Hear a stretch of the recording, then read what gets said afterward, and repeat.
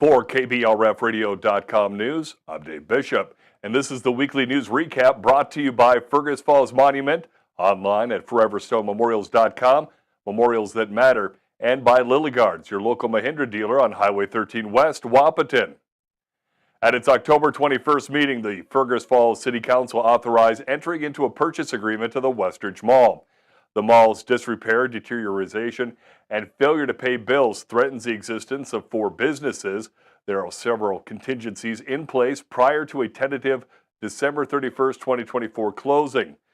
The stated purchase price is $419,000, the amount owed by the current seller on the mall's mortgage. Westridge Theater, Dunham's, Dollar Tree, and a holding company for Harbor Freight share a fire suppression system with the mall and are subject to being closed if the power to the mall is to be shut off. Andrew Bremseth, Fergus Falls City Administrator, said the city's intent in the short term is to stabilize the existing businesses. In the long term, the vision is for Ottertail County's Community Development Authority to own and redevelop the property through public-private partnership opportunities. The City Council has been discussing the project since August 5th. The decision is timely one because of the contingencies is receiving grant funding from the state of Minnesota's Energy Transition Fund. Ottertail County will take the lead on the grant application in partnership with the city. The grant has a rolling deadline with expiring funds as other communities are awarded funds for their projects. After 90 minutes of discussion among City Council members and the public, the resolution to proceed was approved. Due diligence is scheduled to be completed by December 6th with a closing date of December 31st, 2024. Just outside of Fergus Falls Sunday afternoon, a scenic fall ride turned tragic. At around 3:24 Sunday afternoon, a 2012 Harley Davidson ridden by 47-year-old Justin Beskey of Fergus Falls collided with an 05 Buick LaCrosse driven by a 76-year-old man from Ottertail.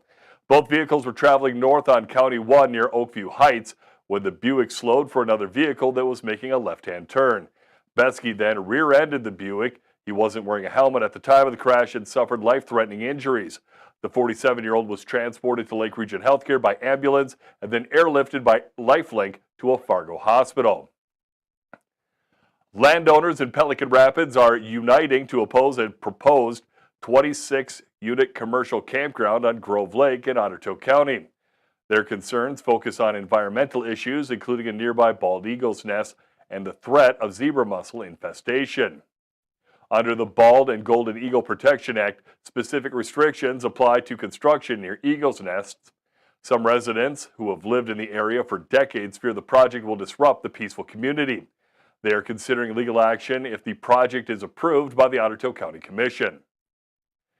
In Fergus Falls, efforts are underway to preserve the historic home of Prince Albert Honeycutt, Fergus Falls' first black resident, Civil War-era freedom seeker, and a significant community figure. Honeycutt, who arrived in Fergus Falls in 1872, built his home in 1885, establishing it as an important landmark in Ottertail County. Known for his contributions to the community, including being the state's first black professional baseball player and mayoral candidate, Honeycutt's story reflects a unique part of Minnesota's history. The home, currently used by Flowing Brook Ministries, faces a $10,000 assessment deadline from the City Utility Improvement. Local preservationists, led by the Ottertail Historical Society, have rallied to keep this historic site intact. The group aims to secure the house's placement on the National Register of Historic Places, protecting its legacy for future generations.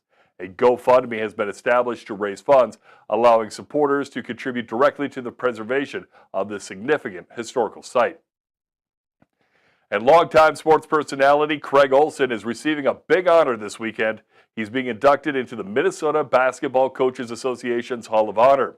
Olson, currently sports director for Layton Media, Fergus Falls, started his broadcast career in 1973, just out of high school, for KDLM in Detroit Lakes. After covering the Lakers for 2 years, Craig moved out of state for 6 years, covering sports 3 years each in Missouri and Utah.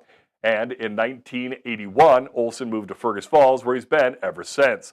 Craig said the honor was very humbling.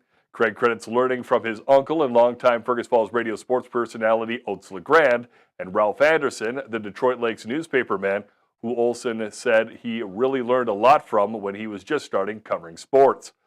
Craig and the rest of the honorees will be honored guests, recognized, and presented with the award at the MBCA Fall Clinic Awards Luncheon at the Minneapolis Hyatt Regency.